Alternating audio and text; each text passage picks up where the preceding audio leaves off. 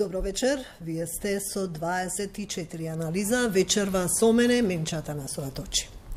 Состојбите во јавното здравство, промените кои што на голема врата се најавуваат или пак влегуваат, во кој правец се движиме. За ова во студиото дебатираме со Арбен Тарвари, нефролог и екс-министер за здравство, во моментот актуелен градоначалник на Гостивар, Игор Николов, нефролог, и Димитар Стровјански, уролог и актуелен директор на Општата болница во Велес. Добре дојдовте. Добре дојдовте. Владата даде зелено светло за повеќе проекти кои што досега не беа најавени или од кои што дознаваме по нешто сега, но не ги знаеме деталите. Во студиото не е министерот Филипче, празното столче таму е наменето за него. Тој не дојде со образложение дека тоа ќе го стори во некоја друга прилика. Но јавноста и стручната фела очекуваат одговори, особено кога се работи за наши пари, за нивни пари и кога се работи за иднината. Многу е неблагодарно да дебатираме вака кога немаме детали за нешто што недостасуваат информации, но еве ние ќе се обидеме од вашите сознанија, од она што го знаете, од вашето искуство, да продискутираме за поновите проекти што се најавуваат. Еден од нив е проектот, односно тендерот за реагенси, со кој што се најавува голема централизација на клиничките лаборатории, тие се намалуваат на 8 магазини исто така, 128 магазини. Овој тендер тежи некаде 35 милиони евра и колку што ја знам е досега најголем во историјата на македонското здравство. Минатиот кој што го критикувавме тежеше некаде околу 7 милиони евра. Вака како што е поставен, пред да ми кажете за лабораториите, дали со овој тендер, вака како што е поставен, ќе се заштеди? Целта е да се заштеди. Значи, да почнеме од кај мене или како? Ајде од кај вас. Значи, јас мислам дека ова е погрешен чекор на министерот и на владата заедно. И ако се заштеди, од друга страна ќе ги бркаме пациентите. Значи, Македонија нема капацитети такви големи добри лаборатории кои што ќе можат да менаџираат, например, 200.000, 300.000 пациенти во една лабораторија. Замислите, во Полошки регион, кај што живеат над 300.000 жители, ќе има само една референтна, една заедничка лабораторија и тоа ќе биде Тетовската. Замислете сега, ако одите во лабораторија во Тетово, ќе видите таму дека има страшен дефицит на луѓе кои што работат и не можат да менаџираат само со клиничката болница во Тетово. А замислете сега кога 9 општини околу Тетово или во Скопје ќе мора цел град да покриваат, повеќето пациенти ќе побегаат и одат на приватно. Ќе нема персонал во лабораториите. И организацијата на самите лаборатории ќе биде тешко, меѓутоа и праќањето на крв и обработката и враќањето на резултатите ќе настане тотален хаос. Еве, ја од сега предвидувам, моето предвидување е дека за околу 6 месеци Министерството ќе се откаже од ова, оти нема да функционира. Ние не сме навикнати. Ќе има оглас. Јас сум за одредени испитувања да бидат централизирани, например испитување на бакар, испитување на магнезиум, генетски испитувања. Тие може да бидат во ниво на Република на Македонија, само една лабораторија или 3 или 5. Меѓутоа за основни крвни испитувања, да морате да ја праќате крвта, да централизирате, е нонсенс. Не зборувам за штедата. Подобро да ги дадат овие лаборатории, ако може под концесија, да ги приватизираат, ако сакаат да не изгуби државата, нека ги концесионираат, како примарното здравство што е концесионирано, се знае колку пари има за примарното здравство, колку има за лабораториите, па ќе ги менаџираат одредени, да ги земаат приватници, државата да не изгуби. Прашањето беше пред се, ќе ве прашам и вас за во Велес, како ќе се заштеди кога се даваат толку многу пари? Ова е огромен тендер, во што е заштедата? Страшна работа. Можем. Можете да поведете. Истото јас вас ќе ве прашувам, во што заштедуваме? Дали заштедуваме во пари, кои што не ги гледаме дека заштедуваме, а во здравствени услуги сигурно нема да заштедиме. Пациентите нема да добијат подобра здравствена услуга со оваа метода, затоа што централизирањето и тоа како е овака предвидено со само 8 места, се постава прашањето што ќе правиме со градовите како што се Прилеп, како што е Гостивар, кај што е планирано да Гостивар праќа во Тетово. Така е чина. Само Гостивар, и Прилеп треба да испраќа во Битола. Велес треба да испраќа во Битола. Велес треба да Велес испраќа во треба да Битола. испраќа во Битола. Пекшево, Берово, Источна Македонија треба да испраќа во Струмица.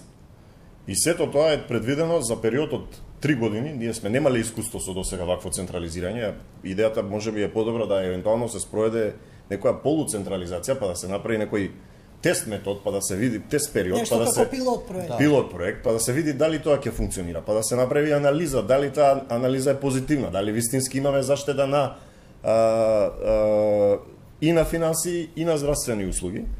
Затоа што, еве, јас ви донесов и неколку трудови, има објавено повеќе трудови во светот, дека задржувањето на крвта извесен временски период, неправилното центрифугирање, има фактори на температура и фактори на време на задржување. Значи, од кога ќе се земе, доколку таа не се пренесе до точката кај што треба да се обработи на одредено време, ги губите резултатите. Не добивате точни резултати за повеќето од електролитите, за калиум, за калциум, за фосфор. Потоа за овие што се хематолошките исследувања, значи тоа се дедимери, хемостазите, сето тоа има трудови кои што покажуваат дека ќе се поместат резултатите доколку времето на кое што стоела крвта, значи е меѓу 4 и 8 сати, доколку не е на 4 степени. Исто има влијание на резултатите. Така да, заштедата сигурно нема да биде на здравјето на пациентите. Заштедата, ја не знам точно каде ја гледа. Вие, колега, предпоставувам ги знае овие работи.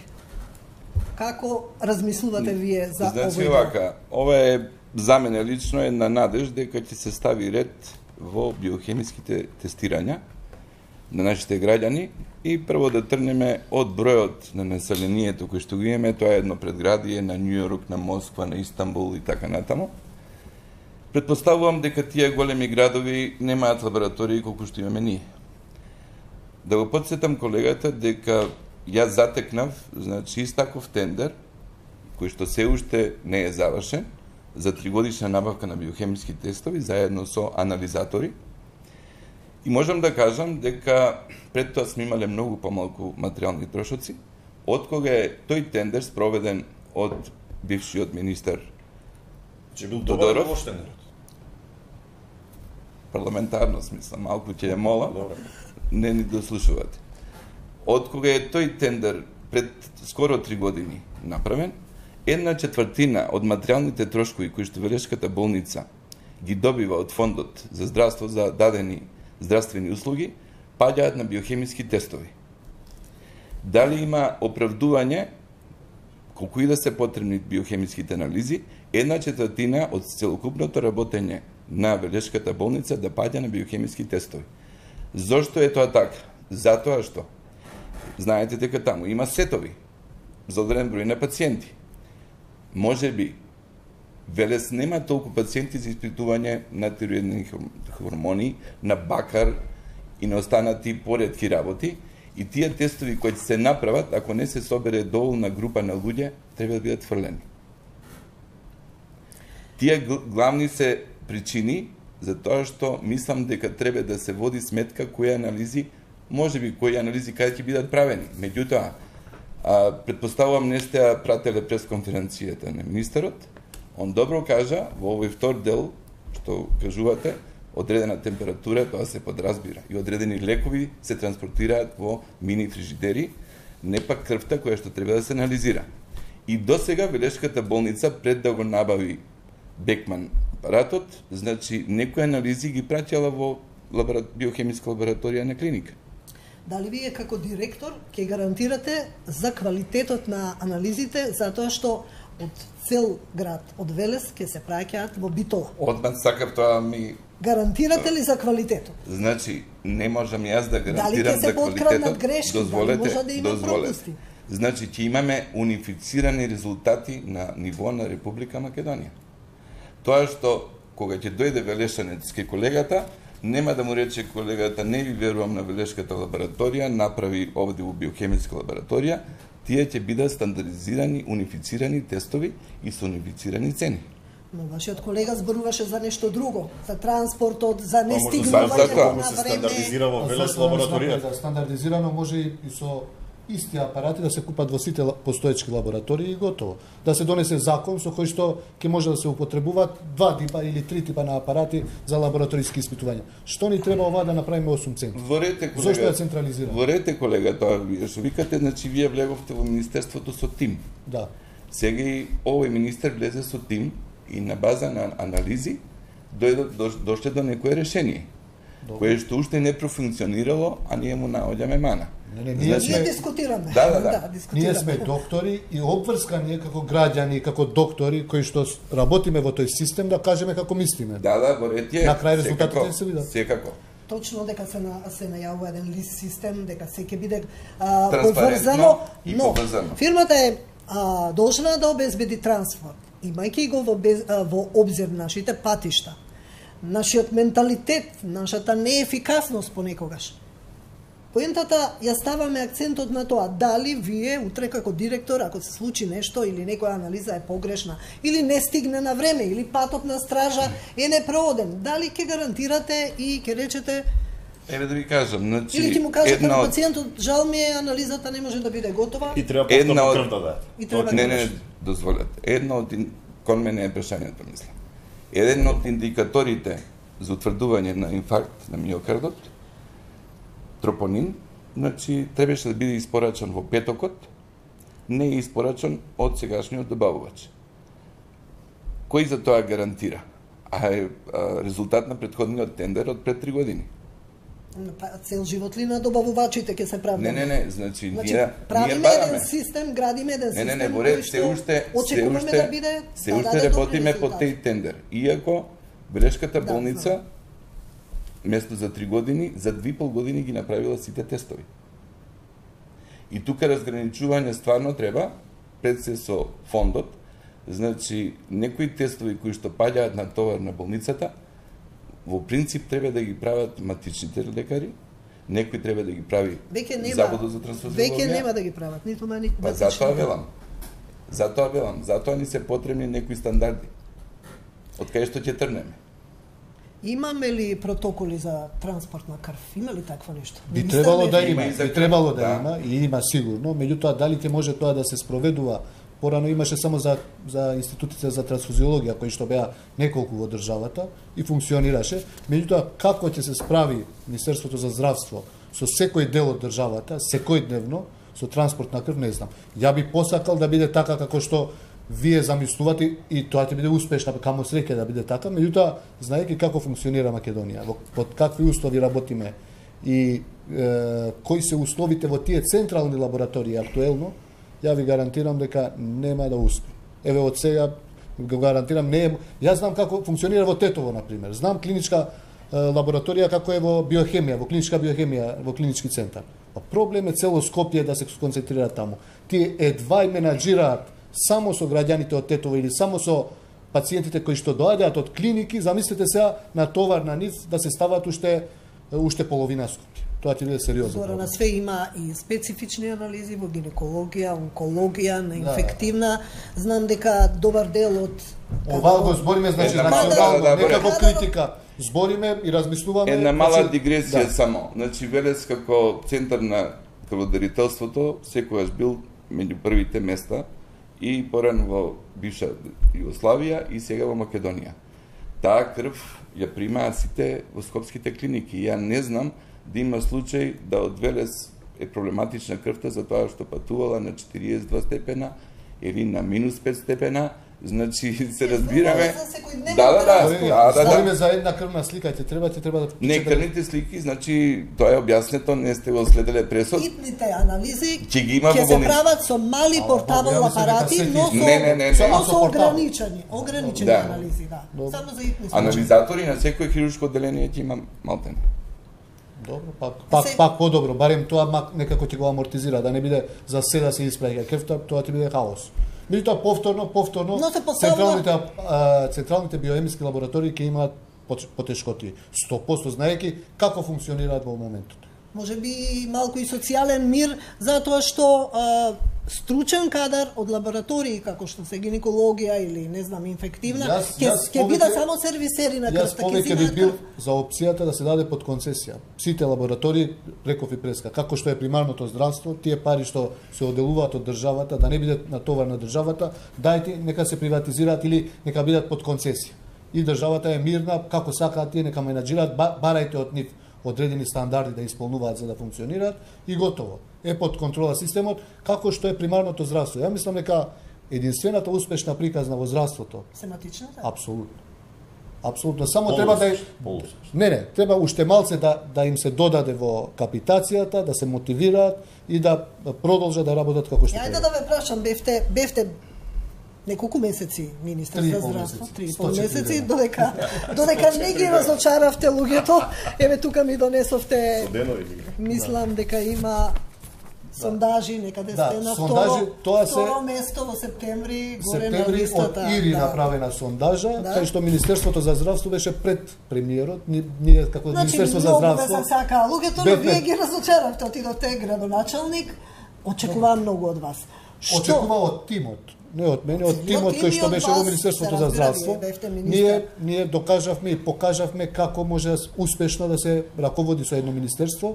Практично ако гледате и лекарите колку бегале од Македонија, колку си одат годишно, најдобрата година е 2017 година, година на Ви се надежта. позлати вас. Да. Среќа можеби, меѓутоа имаше и почнавме со И стратегија. 2018 повторно најмногу, најсилна За 4 месеци е колку минатата година цела година. Оптимизм. Може ли мала реплика? Апсолутно. Секако. Значи, во ред е не само пациентите, мислам дека и добар дел од нас беа со надеж дека во Министерството се почнува и се превртува една лоша страна и почнуваме нова страна. Значи тоа значи дека јас имав надеж од колегата дека некои работи ќе се и почна да се ставаат во ред. Меѓутоа, политичката одлука да се напушти Министерството и некои 2 месеца траеше кампањата, Да нема министер. да нема министер и да се остави заменикот министер без ингеренции на министер, беше страшна грешка за здравството. Значи, здравството секојдневно бара апдейтирање на сите процедури, на сите нешта, на апаратура и така натаму. Дури иницијативите кои што ги доставив, една е за економска разврска на меѓусебните долгувања на Министерството и јавните здравствени установи и јавните здравствени установи меѓу себе. Таа иницијатива одма од кога ме назначивте, по 2 недели ја доставив. За жал не се реализираше и произлегува многу нови штети од сето тоа. Значи дојде до обтужување на долговите кои што ги затекнав, значи ја затекнав 1.070.000 евра долг. Сега некаде сега се некаде тоа беа 66 милиона денара, сега се околу 46 милиона денара. Тековното работење не Па велите е дека забрано. загуби имате со реагенците. Загуби има, меѓутоа тоа какви загуби? Мислите дека тие 3 години се правени? Значи Ама Ако тендерот може- уште ако не е може- завршен. ако може да- Тендерот не е завршен. тендерот не е завршен, ние значи за 2,5 години ја постигнавме рамката која што требаше ВДС да има. Сега работиме до третата година, има таму во договорот дека ќе бидеме газди на анализаторот. Меѓутоа, Сега ќе добиете нови апарати и ќе се простите. не, со анализа. сега ќе ги правиме биохемиските тестови на друго место. Ако може да Значи објаснам, апаратите се ја тоа- намалуваат од 300 на 112, тоа заборавивме да Ја кажеме. би сакал да отворам на репликата. Значи, моето кандидирање беше политичка одлука и се знае, За жал. има правила по закони дека кога не е министерот, може да биде болен министерот, заменик министерот го заменува во се. И ние имавме фантастична соработка со заменик Не се дала министерот. овластување. И државниот секретар. Не, можеше јас бив во контакт со нив нон-стоп, значи немаше некаков прекин во работење. Јас се чудам сега зошто законот за здравствена заштита не тече. Зошто законот за паралелен увоз на лекови кој што мислам го доставивме во парламентот го нема никаде.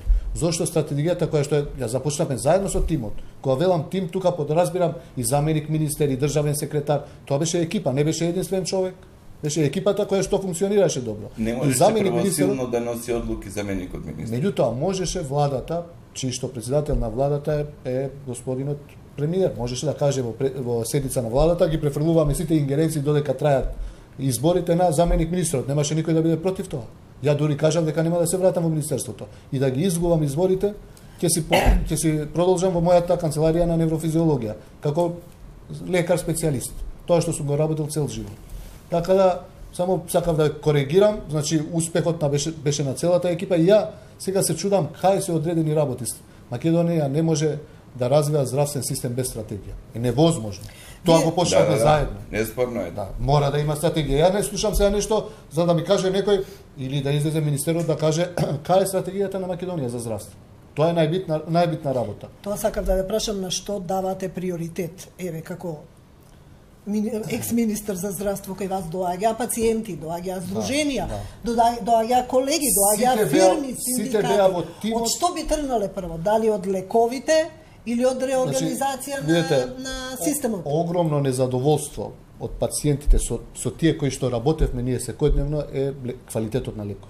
Затоа и законот за паралелен увоз ја го спремив и го пуштив во собрание. Не знам зошто заглави некаде и се врати. Не знам зошто, ете, јавно прашање, докај ние го пуштив како министер. Втора работа, јавното здравство е многу битно. Да знаете, повеќето луѓе овде, ја мислам дека и министерот Филипче, најголемата грешка е што повторно почна некако, ја не сум против приватното здравство. Меѓутоа, ако не се форсира јавното здравство, од 90% од луѓето одат во јавно здравство. Мора најголема работа да се направи таму. Во болниците, во клиничкиот центар, да се исчисти, да се среди, да почне да функционира. Ако не работи во правец на подобрување на условите во јавното здравство, секогаш ќе има незадоволство. Бидејќи ако имате незадоволни доктори и незадоволен медицински персонал, секогаш ќе имате незадоволни пациенти. Сакавте да кажете нешто, потоа сакам да ја прашам од вашата бранша. Би се надоврзал на оваа полемика, прво, која што е започнала дека меѓу себе дека одреден временски период се спровеле одредени реформи и дека подоцна сето тоа е застанато. Сакам да кажам дека тоа зборува за сериозноста на пристапот на премиерот према здравството како гранка. Да оставиш здравствен сектор 4 месеци без министер, тоа зборува за сериозниот пристап према здравството, тоа прво.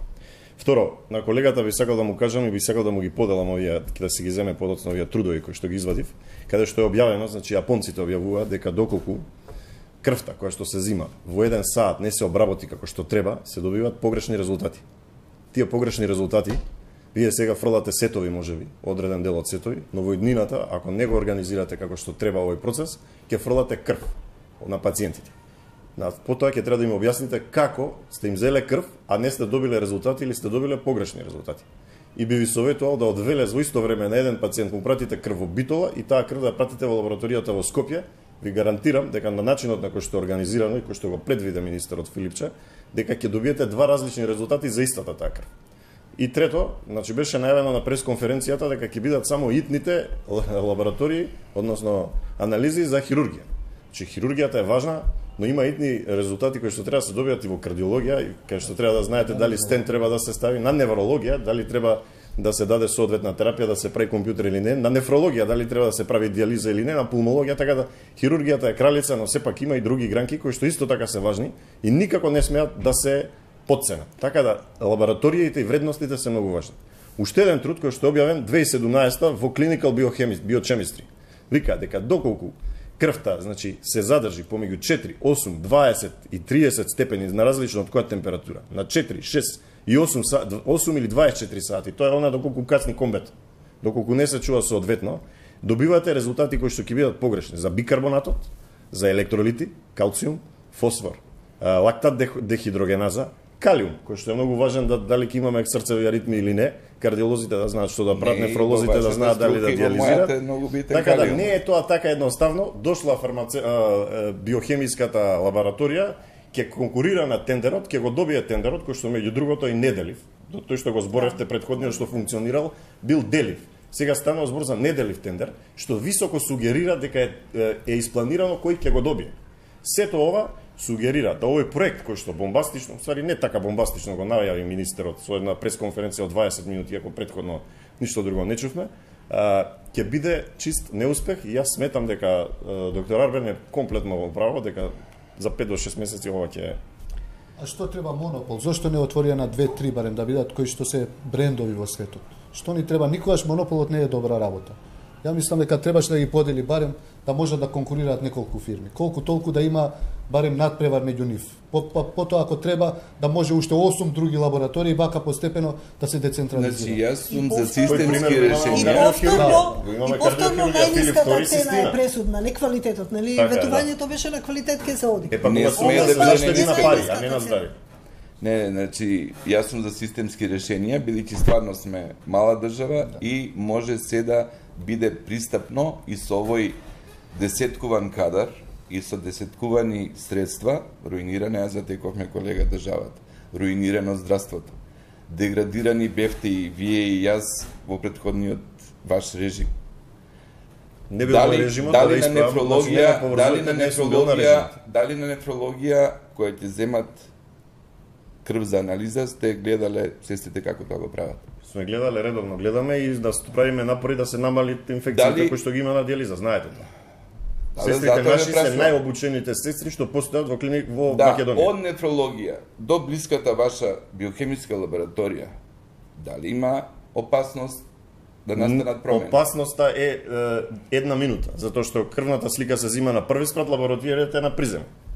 Која е опасност? Ние немаме транспорт на крв од Велес до Битола. Не употребувате ништо, ние добиваме готови проветки и се знае, значи тоа лаборантите го знаат, за фиксација на одредени елементи, кои што... И така. Па добро, и што? Проветите за која безбедност сега тука јавноста ќе плашиме дека небезбедни ќе бидат резултатите. Ја преска ви кажам. Колега, резултатите од нефрологија до биохемија се за една минута. А вие ќе ги пренесете од Велес до Битола за сат и пол. Од Велес добивавте постојано крв и сега добивате крв. Ние не. Добива трансфузија добива крв. Клинички центар. Трансфузија добива крв. Трансфузија има специјални методи на обработка, тоа нема врска со оваа крв. Дали ќе ме слушате? Значи, добивавте крв како клинички центар, сега како подредени клиники, преку трансфузија сега точно, и тоа исто... Значи крвта ако не е добра, трансфузија фрла, и тоа не доаѓа до нас. Трансфузија е институт за трансфузиологија кој што работи по врвни светски стандарди. Немам чуено дека од Велес имате... Ама јас сега не ја делам крвта од Велес, од Гостивар и од Битола. Па така и овие анализите не треба да ги делите. Па не ги делам, јас ви кажувам, на неврологија, од кај доктор Арбен. Крвта се зима на приземје, се носи за 5 минути у лабораторија. Кај вас, ќе ја земе крвта лаборантката. Ќе ја стави на постолја. Треба да ја изцентрифугира. Треба да ја изцентрифугира во центрифуга која што е 4 степени. Ако е летно време... Не за сите анализи. Добро, во ред. Не за сите, за повеќето. Ако е летно време, ако температурата ви е над 25-30 степени, влијае на резултатите. Потоа и го чекате комбето што треба да дојде да ја подигне таа крв, комбето да ја натовари, да ја однесе во Битола. Во Битола треба да ја стави некаде, некој да ја извади и да ја стави на обработка. Сето тоа ви трае минимум 2 часа. Јас зборував за затворениот систем кој што воопшто не одговараше на нашите потреби. Затворениот систем на набавка.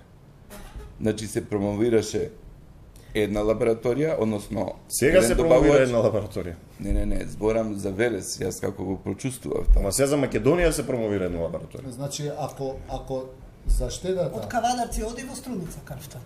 Ако за штедата се споредува со квалитетот на испитувањата, не треба да се направи ова. Значи, а не вреди да се заштеди нешто пари за да се губи на квалитетот на испитување на крвните анализи. Затоа што повторно треба да правите испитување. Подобро ви велам, подобро би била опцијата да се оди на концесија. Тај ги под приватно да земаат под концесионерство, сите лаборатории и државата е мирна, нема да има проблем. Тука доаѓаме со проблемот со фондот за здравствено осигурување, бевте министер и мислам дека знаете отприлика какви се бројките. Референтните цени, дозволете само нешто. Референтните цени за прегледот што го бавува колегата, јас, вие, останаа исти преку 12 години. Точно. Биохемиските тестови, колку пати се зголемија, имавте анализа, мислам, направено.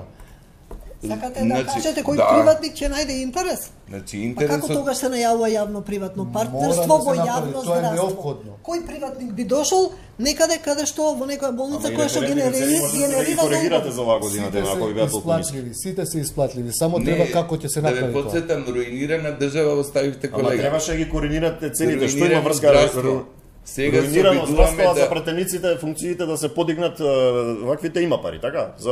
За дневници има пари, за здравството нема пари. Зборуваме за здравство. Токму тоа, во буџетот за 2017 не предвидовте во здравството повеќе пари за здравството, иако на велико го трубевте во сите ваши програми, ако се збориме политика. 18 Дозволете, референтните цени, Многу е 18. Референтните цени останати се на исто ниво сега оваа година. Зошто година дена не ги коригирав? Еве сега да ви кажам, не оставате да ви кажам.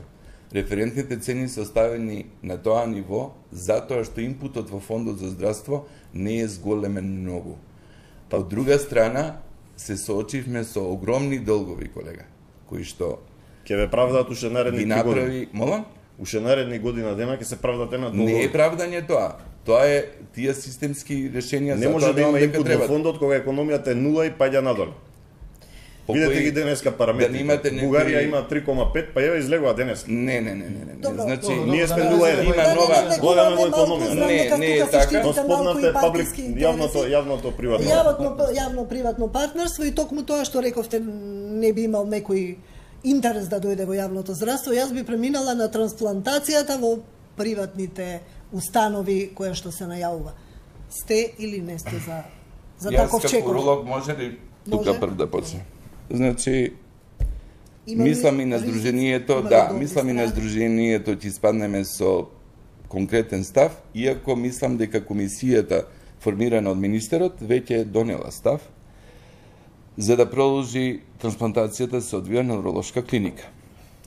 Трансплантацијата е од 77 година наваму, првата, доктор Влашки, па доктор Попов, па сега шеф на тимот е доктор Докчев од 2012. Не, ама дозволете, од 2012 година. Значи почнати се ентузијастички трансплантациите. Знаеме што се случуваше, знаеме кога застана. А дали знаете дека во 2013 Македонија веќе беше пета во редословот на европските држави, вклучувајќи и Турција, по бројот на трансплантации од живи донори, по број на население. Застана работите. Во истата година Македонија беше на 9-то место во светот од жив донор, бидејќи 386 трансплантации се направени цело ова време, а 39 се само од кадавер. Другото во Македонија се базираше на жив донор. Во тие рамки, значи 2013 година е златна. Тоа се политичките причини, можеби колегата ги знае, зошто сакаат да прават нови центри на друго место. За тоа ли згасна?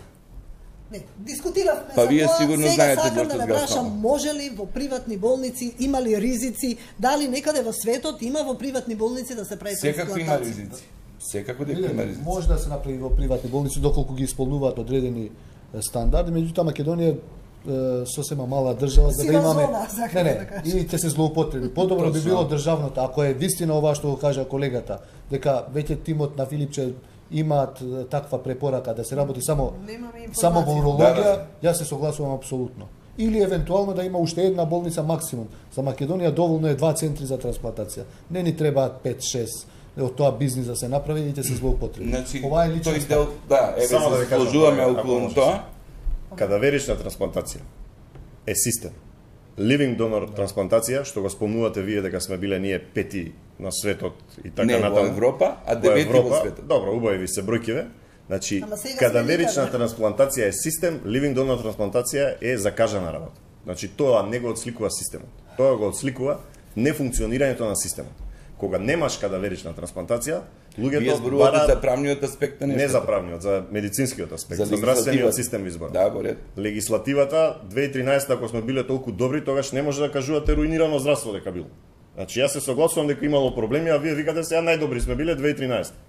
Сакам да ви кажам, луѓето бараат чаре затоа што не може системот да им обезбеди орган. За да им обезбеди системот орган, ние треба да имаме систем на кадаверична, односно дарителство од починат донор. Дарителството од починат донор со еден ентузијазам почна во таа 2013 година, кога се направи легислативата, се направија подзаконските акти, кога имавме голема надежда дека имаме национален координатор кој што ќе ја повлече целокупната работа, значи тргна работата полека. Подршка од Хрватска која што сакаше да ни помогне со акцијски план. Вие сте во тек, Хрватскањето беше дали поддржувате урологија на клиниката за урологија да продолжат трансплантации. Значи работата беше на урологија се прават living donor трансплантации, не кадаверични момент. Значи, идејата беше да се направи акцински план, Менче знае, она ги следеше уште во тој период работите. Според акцискиот план требаше да се вклучат повеќе институции. Тука и неврологија, доктор Арбен знае. Треба да се вклучи неврохирургија, знае и министерот Филипче, бидејќи и он беше дел од тој тим кој што функционираше. Добро разработен акциски план кој што ни го понудија. Тргна работата, ни понудија помош, доаѓаа луѓето. Зошто застана работите? Доаѓаа луѓето да помогнат, работите застанаа затоа што се разви доаѓаа луѓето од Хрватска. Значи професор Жупан доаѓаше таму, имаме доктор Ивановски, кој што е македонец од Риека, кој што сакаше да ни помага. Наши тимови беа на обука, анестезиолози беа на обука во Загреб. Потоа ги знаете Маја Мојсова и сите, Карил беше уклучено. Работата требаше да се каптираат органи од другите болници. Треба да почнеа и другите болници, како што е војна болница, кај што е најголема институција, која што има најмногу пациенти во овој последен период, бидејќи како инфраструктура е најсоодветна за болница. Соработка, што е? Не, Тодоров ги запре трансплантациите на урологија за да направи нов центар на 8 септември. Тоа така си го објаснувате вие. Така беше. Добро. Добро, Бидете парламентар. Тој излезе. На вистина кажа дека има голема смртност. Не знаеме, вие бевте министер, може би сте виделе колкава е смртноста, тие документи се во министерството. Излезе и ја стопира. Секогаш има проблеми. Требаше да дојдат тимови од Хрватска да работат со нашите тимови. Треба и сега да дојдат тимови да работат со нашите тимови. Треба да се обучат тимови кои што ќе ги експлантираат органите. Значи треба да се обучат тимови во војна болница, во медицински центар Тетово, во медицински центар Штип. Треба невролозите и во Тетово и во Штип, а не само на клиника, да мислат за потенцијални донори, да се знае и да се реферира на националниот координатор, кој што меѓу другото последниве 6 месеци го немаме. Имаше конкурс, го објави доктор Арбен, па рекоа после тоа правната служба на министерството што така добро ја фалите дека функционирала, рече не можело пошто биле избори, па го повлекоа конкурсот за национален координатор, за да одеднаш денеска политички прошла недела добиваме национален координатор за здравство кој што е чисто политичка фигура. А нас ни треба национален координатор за трансплантација. Прашањето друго беше на новинарката. Работата беше друго беше прашањето. Да се развиеше уште еден центар за трансплантација како идеја која што имаше Тодоров во војна болница, сега ќе имавме два центри кои што можеби ќе си правеа конкуренција и ќе се надпреварува кој ќе биде подобар. Тоа е друго. Национален координатор за трансплантација е друго и национален координатор за здравство е друго. Значи ние објавивме конкурс за национален. Јас направив според тоа дека нема се уште, а од преку ноќ добивме ја чисто така да се да. Дозволете да ви кажам нешто, колега. Еве можеби знае доктор Строк, бидејќи се слуша се во контакт со министерот. Може ли да ви кажам? Не, јас се слушам и со моите колеги на уролошка клиника. Представници од Евротрансплант најавуваше министерот. Треба да се случи многу скоро, ја така. На 23 април требаше да, инвајмет требаше да. Не, немаме информација. Значи, дозволете, спомнавте колега експлантација. Можам да ви убедам дека експлантација може секаде да се направи од тим на уролог, дури и општи хирург. А црниот дроб? Не. Значи збориме за експлантација на црниот бубрези. Дроб. Добро, јас не Дали ние имаме кадавер? Не. 12 кадавери. Од кадаверите црниот дроб кај отиде? Не зборувавте за експлантација. Па експлантацијата на црниот дроб кај отиде? Барате. Не. Вадење, значи еве ќе преведам. Вадењето на бубрегот е експлантација. А на црниот дроб исто значи дозволете колега, значи вие барате бубрезите, не ко кардиолозите, они до тука не надоле. Ама дозволете. Може трансплантација да се изведува во приватни болници. Јас учествував на една емисија. Лично ви кажав дека постои голем ризик, доколку голем ризик. Ја не сум да се забрани, затоа што во светот, цел свет има, не цел свет, но има во земјите што не се на Европската унија, како што е во Турција, во и Индија, во Пакистан, во тие се прави во приватни здравствени институции. Што има највише злоупотреба. Но постои ризик за злоупотреба. Доколку тоа се спроведува тука, доколку не е строго контролирано од Министерството за здравство и националниот координатор кој што во моментот го немаме, значи ние сме во ризик да влеземе во темна сива зона која што ќе не направи темна точка на картата на Европа. Па ве молам, првиот министер за здравство доби понуда од една група израелци кои што беа фатени во мрежата, дојдо на големо да му понудат да се прави трансплантација тука тогаш. Да, се случи. Затоа треба да бидеме внимателни. Треба да се внимава. Значи само за експлантациите ќе дозволите да завршам. Тимот на уролошка клиника е доволно стручен и да ги прави, меѓутоа и да обучи од помладите колеги уролози да се прават во внатрешноста експлантациите зборувам. Во ВЛС А се ви прави со едни од очекувате од Европа стручњаци како што ги носевте од Америка, кои што не знаеа да Тоа штетно ли беше? сутура да направат, да шијат. Штетно ли беше тоа? Не, па не знаеа луѓето зашто ги носевте, не знам. Повторно ме мешаш. Дали дали влегува Јас не сум бил советник на министерот за здравство Тодоров како што е вашиот министер сега. И ве молам да не мешаме политика. Не збориме за политика. Дека секој сака малку Ali ako политички sakate politiku, поен. кажете. Не, збориме за урологија. Како стручњаци. За урологија, јас знам, ја работам со колегите секој ден. А дали сте биле во сала, сте влегле? Сака да кажете дека не сум бил во Не, сала? прашувам. Сум бил во сала и вие сте биле во сала, што сте уролог. Сте Да. биле ли вие во диализа? Не. Сте уклучили ли феморални Сум бил на катетри? Не. диализа, да. Нема сега да се надмудруваме Не, кој што сум знае. коригирал феморални катетри мора. во Велес. Сум коригирал Значи, колега, феморални се катетри. разбираме, експлантацијата Добро. на бубрек знаат да ја направат уролозите. Но што правиме со Па другите зашто ви органи? се стручњаци секогаш од странство барате Заради стручњаци? тоа што треба да се подобриме, затоа што Македонија, Експлантациите лоши се? Значи не ме влечете изјави. Треба да се подобриме како систем. Стручњаци во Македонија со цел да Не можете вие да се ги затворите враќаме и само вие да пациентите не- на одмор. Направете специјална емисија за трансплантација. Така. Не, ќе треба да го повикаат и доктор Довчев, сигурно, он е шеф на тимот. Да, тоа би било посебно. Се најавува јавно-приватно партнерство за болницата 8 септември, итната медицинска помош и ПЕТ центарот. ПЕТ центарот е една од најголемите, уствари најголема инвестиција во здравството, некаде околу 16 милиони евра и од високи извори сега ова е дека ние уствари не знаеме да менаџираме и затоа ќе бараме помош од приватни партнери. Може ли јавно-приватно партнерство во 8 септември, каде што ќе биде централизирана лабораторија, во една болница која што има голем обрат на пациенти, може ли во итната медицинска помош да има? Дали тоа значи дека пациентите треба да плаќаат, затоа што тој приватник треба да има и профит? А како би се извело тоа? За ПЕТ центарот? За ПЕТ центарот е паметна работа. Ако влезете во ПЕТ центарот е фантастичен центар. Може би се потроши многу повеќе пари од колку што Зашто не вреди. успеа да профункционира? Затоа што Значи треба- тој е единствен од Љубљана до Истанбул. Затоа што треба човек кој што знае, функционира, Не меѓутоа функционира со цела функционира паре. со капацитетите не повеќе од 1 до 2%. Значи тоа што можеме цела Албанија, Бугарија, дел од Грција, дел од Бугарија да Здравствен снабдевувам. туризам можеше Да, да, да, се прави и дека- да се извезуваат материјали со Меѓутоа, него. за тоа треба стручњаци кои ја познаваат добро таа работа. Јас мислам дека во Македонија не сакам да ги потценам, меѓутоа нема луѓе кои што би можеле добро да менаџираат со тоа. И мислам дека тој центар треба да се оди на PPP, на јавно-приватно партнерство. Меѓутоа, да дадеш итна помош, брза помош, вакви амбуланти кои што секојдневно одат граѓани на Македонија, мислам дека е луксус сега за сега. Мислам дека тоа треба да остане под капата на државата, под јавното здравство и да продолжи така. А луксус е искрено и 8 септември. Значи, често сум го кажал, професорот Стојчев успеа од една споредна болница да направи бренд во 8 септември. Тоа е единствена секундарна здравствена заштита во Скопје и мислам Па и дека цела Македонија доаѓа таму. да, и цела Македонија, меѓутоа за Скопје е ексклузивно единствена секундарна здравствена заштита болница и треба да биде под ингеренција на Министерството. Мислам дека и е профитабилна. Таа веќе работи, има доста обрт, има многу пациенти и искрено ни олесна нас на терцијарна здравствена заштита во Скопје, од кога почна да функционира како што треба. Така да 8 септември е една од успешните приказни последните 10 години во здравството. Ако не е единствена успешна приказна. Изитната медицинска Ве помош. прашувам ова затоа што ние сме социјална држава, 90% Да. е на принципот солидарен здравствен систем, како сето тоа ќе се вклопи во целата таа шема.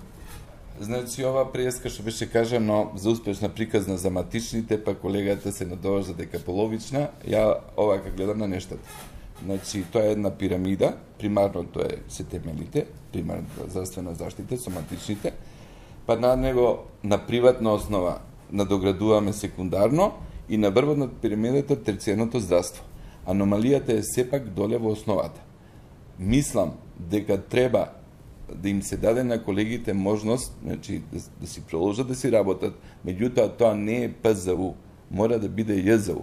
Баш она што спомнате дека сме социјална држава, нека има начинот на финансирање, нека остане исти така натаму, меѓутоа тоа сепак е јавна здравствена установа.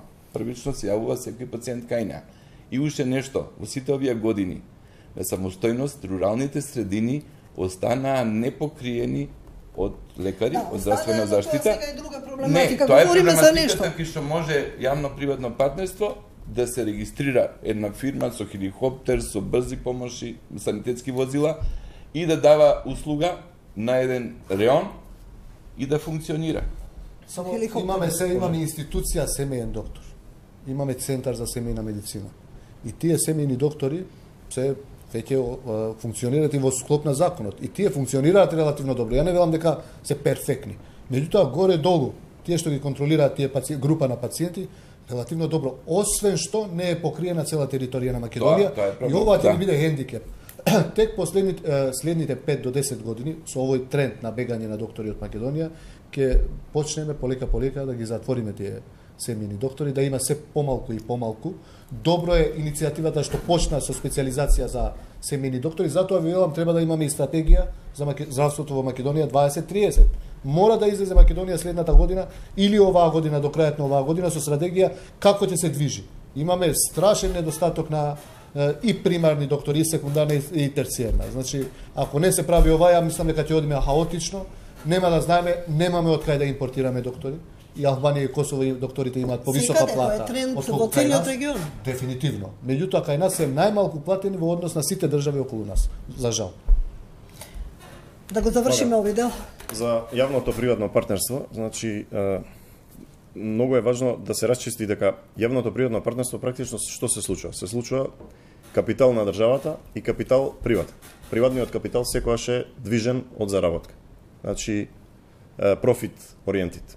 Државниот капитал е тука и тој бара приватен и бара поддршка кога институцијата, односно кога системот до кој што треба да се инвестира, државата нема доволно пари. Тоа беше со центрите за дијализа. Единствената, заедно со матичните лекари можеби, public-private partnership, јавно-приватно партнерство, кое што горе-доле функционира добро. Но, што е разликата со 5 центарот? Центрите за дијализа во Македонија беа руинирани. Како што милува колегата да каже, до пред 2006. Значи, руинираните центри за дијализа, за да се реновира, потребно беа многу инвестиции, многу пари. Заради тоа се влезе веројатно во тој public-private partnership, јавно-приватно партнерство, и сега имаме состојба кога центрите за дијализа горе-доле се добри, пациентите дури во овој случај преферираат да идат на дијализа во центрите за дијализа отколку кај нас на клиника. Предники кај нас на клиника условите се полоши. Претходно беше тоа обратно. Сите сакаат да бидат дијализирани на клиника. Дури се фаќаат тешки притисоци врски да останат на клиника. Не се. Според мене, бидете парламентарни. Според мене, да го дадеш 5 центарот на public-private partnership, кога ти во срацете возиш Мерцедес, да го дадеш под кирија, заради тоа што имаш возачка дозвола, но не знаеш да возиш, за да дојде друг да заработи, кога таму е инвестирано супер, значи тоа е таква голема штета што се граничи со трагедија. Втората работа. Зошто не профункционира? Имаш Мерцедеса, не го возиш 3 години. Втората работа, за брзата помош, тоа е најголемата нонсенс што може да се предвиди.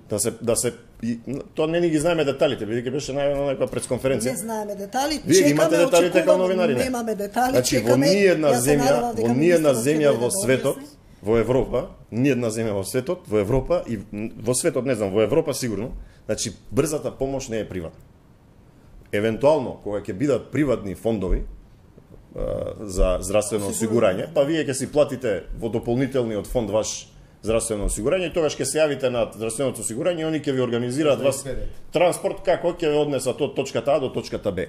А да се приватизира брза помош сега, тоа е нонсенс. За војна болница, не знам, може би да има некаква логика, доколку се направи со вистински чекори, но сепак треба да се знае дека војна болница е една здравствена институција, односно зграда, инфраструктурно најдобро одговара за пружање на здравствени услуги. Војната болница беше бренд и претходно, односно 8 септември, затоа што тоа беше стратешки објект, правено 2006 не се користеше. Не се користеше, беше под одбрана, но таа затоа што веројатно имаше некоја процедура да се префрли од одбрана на здравство. Се сеќавате. Остави еден мал дел на одбрана, остана здравство, но таа и порано беше бренд, таа беше центар, регионален центар на бившата ЈНА, знае колегата, и пред 90-тите, но и во 90-тите не беа искористени капацитетите, но таа функционираше перфектно.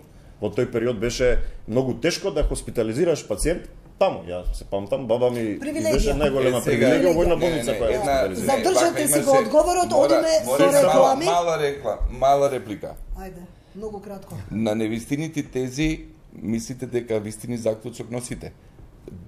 Не е точно дека Вашите тези се не е невистините. точно она за диализата што го кажате.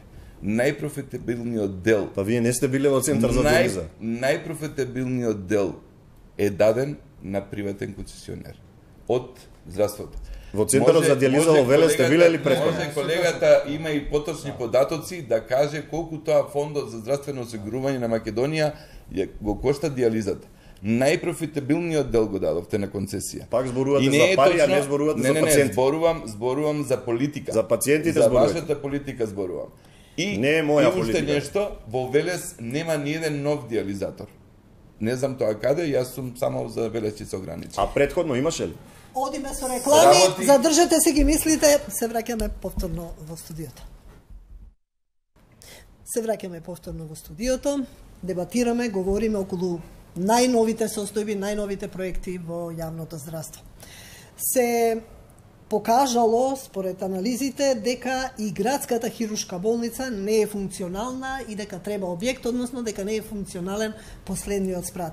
Сега се најавува изградба на нова градска болница, некаде на просторот околу Мајчин дом. Не знаеме со кои средства, од некаде се зборува дека е тоа, односно министерот најави дека се тоа пари од банката на Советот на Европа, други говорат дека тоа ќе се одобри од буџетот од следната година. Какви се вашите информации? Сметате ли дека треба да се ослободи тој простор таму и да се гради нов објект? Немам во моментот информации, јас во од ваква Министерството, ситуација? меѓутоа имам од колегите од старата градска болница. Значи, они се убедени дека може со мала преадаптација комплетно во Мајчин дом, без нов објект, да се добие Во стариот простор. објект на Мајчин дом. Да. Јас кога бев министер имаше одреден проект со кој што веќе започнаа работите во стара градска болница и ја колку што знам се работеше таму на последниот спрат да се средува. Апсолутно има потреба и градската болница е многу битна за град Скопје и треба да се реновира. Ако се изгради сега нова болница, тоа е уште подобро. Меѓутоа и ова вака ако може да се реновира со мала пара, добро би било да се среди, бидејќи местото е перфектно во центарот на Скопје и асистира и како да речеме амортизира одредени работи во 8 септември во клинички центар, така да вреди да се инвестира таму. Јас што би кажал, немаме доволно информации за проектот што се најавува. Од друга страна се зборува дека нема пари, од една страна се појавуваат финансии дека може да се прави тоа. Штета е што министерот не е тука да го детализира тоа, така да. Ете најави дека во наредниот период ќе излезе со деталите, но И се согласувам со доктор Арбен дека една стратегија за здравството која што ќе биде долгорочна, ние многу Што според вас, како би почнале вака со реконструкција со објектите или обратно со пациентите и со потребата од лекови? Не, треба стратегија, во стратегијата да се вклучат во стратегијата и факултетите, медицинските факултети. Ние не добиваме кадри кои што се квалитетни кои ќе завршат медицински факултет. Ние немаме менаџмент на пренос на знаење. Не се пренесува доволно знаењето. Ние имаме 90 уролози во Македонија, а биопсија на простата и нефростома се прави на клиника за нефрологија. Тоа е проблемот. Значи пренос на знаење. Групата за подготвување на стратегија започна. Дури во јули започна и сега дали функционира уште не знам. Групата за групата на луѓе, професори од медицински факултет беа од сите факултети имаше, медицински факултети почнаа со подготвување на стратегија за здравството 2030 за Македонија, која што е неопходна. Ја мислам дека колегата Филипче треба тоа што поскоро, ако се согласи со истиот тим, тие да продолжат, ако не да состави нов тим и да ја подготват стратегијата без тоа ништо, ние хаотично ќе се движиме. Што се случува така да, нема да имаме стратегија, не е неопходна. Да не чуди дека ќе се одложи овој проект. Се сложувам, значи се сложувам и на тоа се работи. Мислам дека колегата Таравари затече баш она што го изјавив на почеток, руинирано здравство. И знам дека обидот беше да се направи нешто околу стратегијата и околу системски решенија, бидејќи сме баш мала држава и можеме убаво да ги поставиме работите. Меѓутоа тоа подразбира. Не, дозволете. Ние имавме здравствен систем пред 20 години кој што функционираше перфектно и сега сами го уништивме градејќи приватни клиники, а прво приватните клиники одат, не сум против нив, повторувам, тие треба да ни служат како добар пример за добро менаџирање во здравство, меѓутоа руиниравме и дегенериравме јавно здравство. Арвен, што беше перфектно? Нефрологија на први спрат, на трети спрат, гастро на први и на трети. Кој е перфектно? Што беше планирање направено од 80-ти години? Кожно на приземје, реума на трети спрат. Кој е планирано? За тие потреби Целиот систем. Здравствен систем. Беше дел од еден друг систем на Југославија. Ние бевме дел штрафше од систем. И после Југославија уште 10 години тоа функционираше релативно добро. И нас ни требаше по секаде да удриме, да направиме бизнис од здравството. Дека нема без пари здравство. Најголемиот проблем со факултетите беше што не извадија квалитетни кадри. Тука се сложуваме, значи, и во ред е сето тоа, сепак да кажеме за тој систем кој што го напаѓате, значи... За бивша Југославија? Да. Значи, беше идеален и по него се водеа некои нордиски земји и се уште се водат. Мојот ментор во Франција викаше никој не е идеален. Значи, релативно добар и функционален систем. Да, функционален систем. Со кој што се гордеевме сите и функционираше. Ја можам да кажам за сите градови, еве и вие од било кој град, многу подобро болницата функционирала пред 20 години отколку сега, а требало напротив. Сега да биде подобро отколку пред 20 години. Добро, ајде малку околу се движиме при крај, многу кратко околу изградбата на новиот клинички центар. Мислам дека ВМРО, ДПМНЕ имаат барање некое за релокација на просторот, нека ќе има јавна расправа, знаете ли вие нешто околу тоа, дали сега и актуелната власт се повлекува па бара нова локација или... Никогаш не е лошо да има јавна расправа и треба да има за едно такво суштествено прашање. Пред почетокот на емисијата малку бидејќи сум постар, бидејќи сум постар, му кажав на колегата дека нов клинички центар во идејата е уште од 83-та година и беше планиран на Зајчев рид. Знаеме како беше. Да, и тоа е значи едно тежнење од аспект и на сообраќајно решение и на нови стандарди, подигнати стандарди. Добро, веќе го избраа објектот во, нели, локацијата околу таму е некаде Зајчев рид или Бардовци, не знам каде. Јас колку што знам имаше една идеја прво идејата е од министерот за да биде Злокуќани. Не е точно прецизирано каде, па излезе археолошко наѓалиште, потоа се појави идеја од пратеник од Илија Димовски да биде во некаде во Петровец или во Илинден.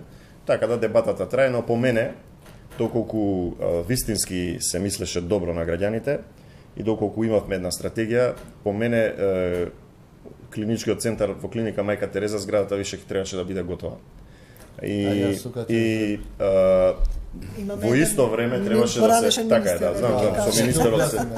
И во исто време требаше да се почне и да се започнат анализите и испитувањата на другото место, односно со вториот клинички центар во Македонија, за да се мисли за иднината вистински, за да се мисли со стратегија 2030, како што сака доктор Арвен да каже, а не сега да заглавиме во една состојба кога ние ќе работиме во тотално субстандардни услови на клинички центар Мајка Тереза. Заглавија и Штип, болницата во Штип заглави и Кичево. Па заглавија последнава година дена, како заглавија. Заради тие политички избиднувања и тие... Така е, заради тоа што се очекуваше дека ќе се најде нешто што не се најде некое веројатно не знам што очекувавте, неправилности веројатно дека ќе најдат.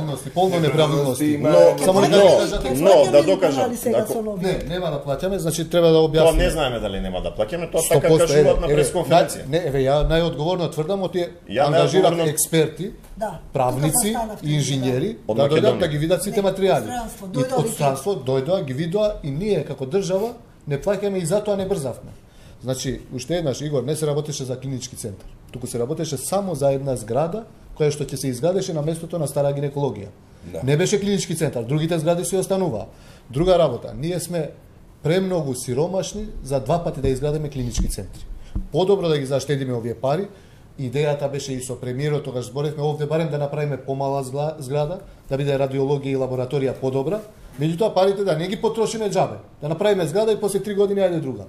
Ако е државата заинтересирана, премиерот барем ја кога бе во влада, изразуваше интерес за здравството. Ова искрено го кажувам, вака беше. Изразуваше интересиран премиерот за здравството. Ја ви кажувам, кога комунициравме дека беше според вас добро да се гради на друго место, дека нема да плаќаме пенали. Не плаќаме ништо пенали, веќе се потрошени 4-5 милиони евра. на експертизи, на не знам што, уназад 4 години, на проектот. И 3 сега милиони. може да се изгуби евентуално, и тоа е голема пара, милион или 2 милиони на раскинување на договорот, меѓутоа подобро да изгубиме 1 милион или 2 отколку 150 милиони. Така да, убаво би било, јас се согласувам потполно со оваа одлука. Тогаш беа 3 опции, значи беше касарната Илинден, беше Сарај некоја регија таму и во Бардовци за Докуќани, значи беа 3 региони кај што може да се изгради. Ако изрази и ако се за нов клинички центар, ја ви гарантирам дека во рок од 4 до 5 години интензивно да се работи, само треба подршка од премиерот. Оти тој го прави буџетот и Министерството на консензус од финансии. сите и бидејќи станува збор за една капитална инвестиција, за еден Кој што ќе грандиозен ни проект. послужи на следните 50 до 100 години. 50-60. Грандиозно и за Значи, следните подразбира- 50 до 100 ќе беше да имаме 2 клинички центра. Дозволи, Нормално. колега, 8 само септември нешто. еден клинички центар, уште еден 8 да септември е изградиме. општа болница, не е клинички центар. Такви Па, како комплекси, клиника е, функционира такви како комплекси клинички. успешно функционираат доколку има тунелска поврзаност. Значи, тоа го нема во тие ваши проекти. И впрочем да кажам, клиничкиот центар, бившиот премиер го растори Јас тука како целина. ќе ве година прекинам. дена Дали не го овие спои? проекти ги имаше во програмата Зошто не на го спои? СДСМ, Не, сите што законот ги е говориме готов, сега? законот само треба да се... Има околу обезбедувањето на граѓаните со здравствените Мене не ми е услуги. познато дека во програмата Нов на клинички центар. СДСМ ги има. Не зборам за клинички, за сите што зборувавме. Мислам дека Јас Тоа е го нешто промовирав ново. тоа, дека Тоа е треба да нешто се ново. спои клинички центар во еден единствен, не Точно. требаше да се сепарира, повторно ќе го кажам, најголема грешка и слушам сега повторно дека ќе се обедини заедно, меѓутоа треба да се донесе новиот закон за здравствена заштита. И констатирам, за жалење, ја ги собрав сите, и синдикати, и медицински факултети, бидеме кратки, само завршуваме. и медицинска како се вика, комората, и сите групи кои што се со здравството, значи групи на заболени од различни болести, да се спрема законот. И го помина првиот филтер законот. И сега кај се изгуби не знам. Сигурно ќе излезе да ти кажа. Законот за Океј, паралелен океј, увоз. владата се изгуби. Добро, завршуваме, времето не гази, ве молам, ве техничката молам. поддршка што има клиничките центри е во подземјето. Тоа го немаше во вашите проекти. Немаше поврзување на Доктор клиниката за Стравјански. хирургија со интерните Светска клиники. италијанска компанија го проектираше, вие го коригирате со велешкото искуство. Околу тоа веќе сме дискутирале. Јас многу ви благодарам на гостувањето во 24 анализа. Вам, почитувани, ви благодарам на вниманието. Останете и понатаму да ги следите програмите на телевизија 24. Пријатно.